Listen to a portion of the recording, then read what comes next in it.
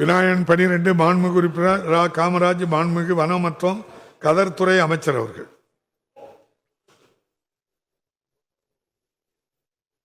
மாண்புமிகு பேரவைத் தலைவர் அவர்களே, நம்முடைய நண்பர் காமராஜ் அவர்கள், சட்டமன்ற உறுப்பினர் அவர்கள், நெல்லிலம் தொகுதி குடைவாசல் ஓகை மற்றும் வழங்குமான் லாபம் ஆகிய பகுதியில் மண்பாண்ட தொழில் கூடல் அமைக்க வேண்டுமென ஆவணம் செய்யுமா என்று கேட்டுக்கொண்டிருக்கிறார். இடம் கொடுத்தால், அந்த பகுதியில் உள்ள மக்கள் இடம் கொடுத்தால் கட்டிடம் கட்டுவதற்கு உரிய நடவடிக்கை எடுக்கப்படும். மாண்புமிகு உறுப்பினர் காமராஜ்.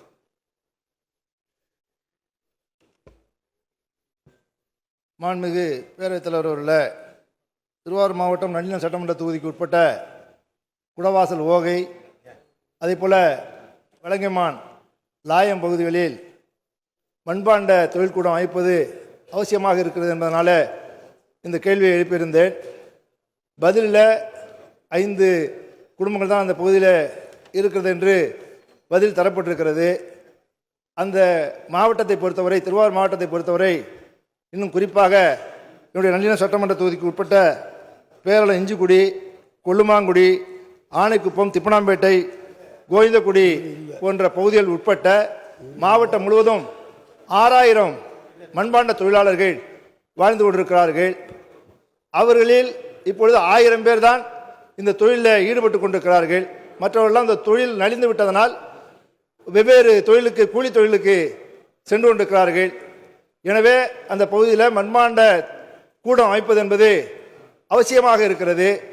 அதிலேயும் மண்பாண்ட தொழில் இல்ல, கேள்விக்கு வாங்க. அது நீங்க கவர்மெண்ட் மண்பாண்ட தொழில் செய்ய சொல்றீங்களா இல்ல அவங்களுக்கு உதவி பண்ண? அதுதாங்க கேட்கிறேன். அதான் கேட்டுட்டு மண்பாண்ட தொழில் செய்கிற அந்த தொழிலாளர்களுக்கு மழை காலத்தில் 5000 ரூபாய் உதவித்தொகை, நிவாரண தொகை கிடைக்கிறது. ஒரே குடும்பத்தை சேர்ந்தவர்கள் 2 பேர் அந்த தொழிலில் ஈடுபட்டால் ஒரு குடும்பத்தை ஒருவருக்கு மட்டும்தான் நிவாரணம் வழங்கப்படுகிறது. அந்த தொழிலில் ஈடுபடுகிற அனைவருக்கும் அந்த 5000 ரூபாய் நிவாரணம் வழங்கப்பட வேண்டும். அந்த தொழிலை பாதுகாக்கப்பட வேண்டும். அந்த பகுதியில் அரசாங்கத்திற்கே இடம் இருக்கிறது.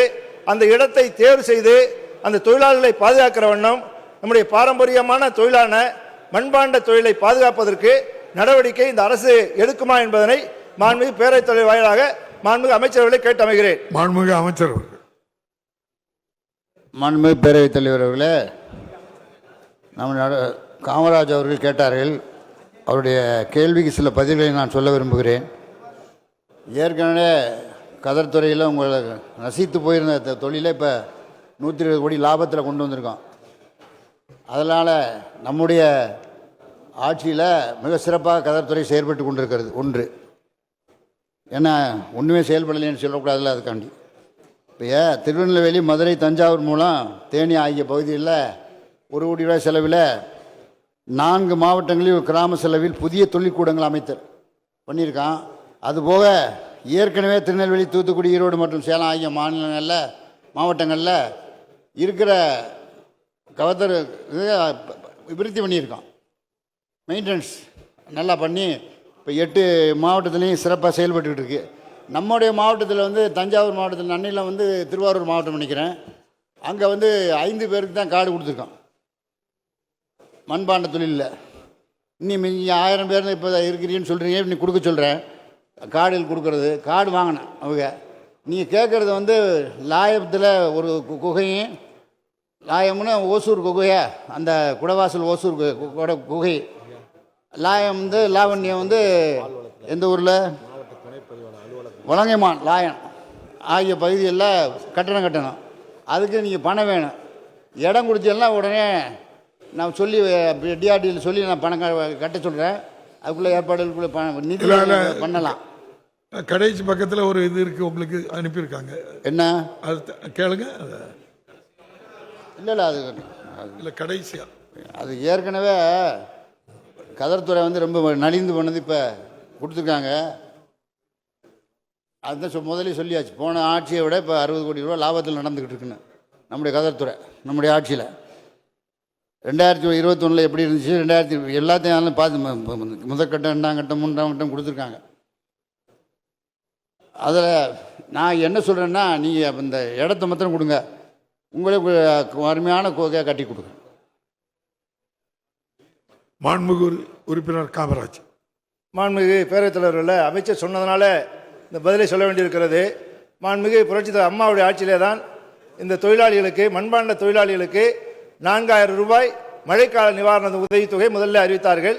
அதுக்கு முன்னால் 2017ஆம் ஆண்டு அண்ணன் எடப்பாடியாருடைய ஆட்சி காலத்தில் அது 4000 என்பதை 5000ஆக உயர்த்தி கொடுத்திருக்காங்க என்பதனை மாண்புமிகு அமைச்சர்களுக்கு நினைவுபடுத்தி, இந்த மண்பாண்ட தொழிலுக்கு வண்டல் மண் ரொம்ப அவசியம். வண்டல் மண் தான் இதுக்கு ஆதாரம். வண்டல் மண்ணை எடுப்பதில் பல்வேறு பிரச்சனைகள் இருக்கிறது. எப்படி என்று சொன்னால், ஆன்லைனில் பதிவேற்றம் செய்து அதுக்கு பின்னால் வண்டல் மண் எங்கே கிடைக்கிறதோ அங்கே போய் விலைக்கு வாங்கி கொண்டு வந்து இந்த தொழிலில் அவர்கள் ஈடுபட வேண்டியிருக்கிறது. அதனால உற்பத்தி செலவு அதிகமாகிறது.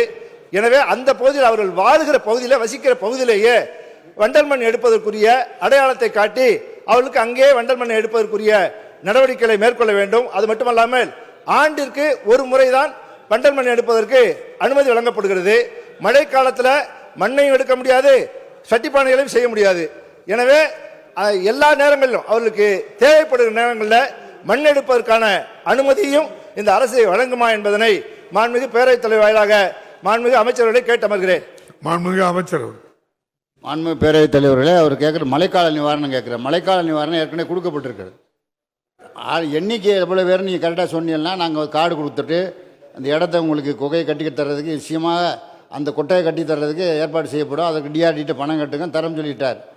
ஆகிட்ட அந்த துறையின் மூலம் என்ஆர்ஜிஎஸ்ல பணம் வாங்கி கட்ட போகிறோம். நீங்கள் இடம் மாத்திரம் எந்த மண் பெர்மிஷன் கட்டி அந்த பெர்மனன்ட் பெர்மிஷன் கொடுக்க சொல்லுவோம். அவங்க தொழிலாளிகள் பெட்டிஷன் மூலம் கொடுத்தா மண் பெர்மிஷன் எடுக்கிறதுக்கு அந்த மண்பாண்ட தொழிலாளர்கள் கொடுப்பாங்க. மண்பாண்ட தொழிலாளர்கள் ஏற்கனவே மழைக்கால நிவாரணம்லாம் கொடுத்துருக்கோம். நீங்கள் யாரும் நீங்கள் கொடுத்தீங்கன்னா லிஸ்ட்டு கொடுத்தீங்கன்னா அந்த கார்டு கொடுத்துருவோம். அவங்க மண்பாண்ட தொழில் வாங்கிக்கலாம், அந்த நிவாரணத்தை வாங்கிக்கலாம். அந்த கார்டு தான் முக்கியம்.